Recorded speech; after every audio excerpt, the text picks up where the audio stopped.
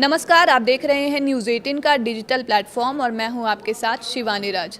America Iran संघर्ष को विराम देने के लिए पाकिस्तान ने मध्यस्थता की भूमिका निभाने की कोशिश ज़रूर की, लेकिन वो दोनों पक्षों की बातचीत में सफल बनाने में नाकाम रहा।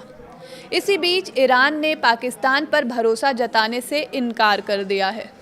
ईरानी सांसद इब्राहिम रेजाई का कहना है कि पाकिस्तान मध्यस्थता के रूप में भरोसा खो चुका है और हमेशा अमेरिका की ओर झुकता है।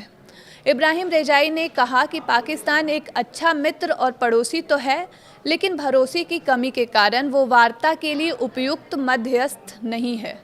रेजाई ने आरोप लगाया कि पाकिस्तान लगातार डोनाल्ड ट्रंप के हितों का समर्थन करता है और अमेरिका के खिलाफ कोई ठोस रुख अपनाने से बचता है। उन्होंने ये भी दावा किया कि पाकिस्तान उन मामलों को उजागर करने से कतराता है जहां अमेरिका ने पहले प्रस्ताव स्वीकार किए थे, जैसे कि पाकिस्तान से जुड़े प्रस्ताव, लेकिन बाद में पीछे हट गया। इब्राहिम रेजाई, जो ईरान की संसद के सुरक्षा आयोग के प्रवक्ता भी हैं, आगे बताते हैं कि पाकिस्तान लेबनान से संबंधित अमेरिका की अधूरी कमिटमेंट्स या अवरुद्ध संपत्तियों के बारे में बात नहीं करता।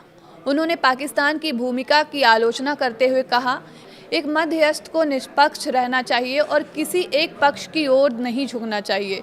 इब्राहिम रेजाई ने सोशल मीडिया प्लेटफॉर्म एक्स पर लिखा कि पाकिस्तान हमारा अच्छा मित्र है और पड़ोसी भी है, लेकिन वो वार्ता के लिए उपयुक्त मध्यस्थ नहीं है और मध्यस्थता के लिए आवश्यक विश्वसनीयता का अभाव है।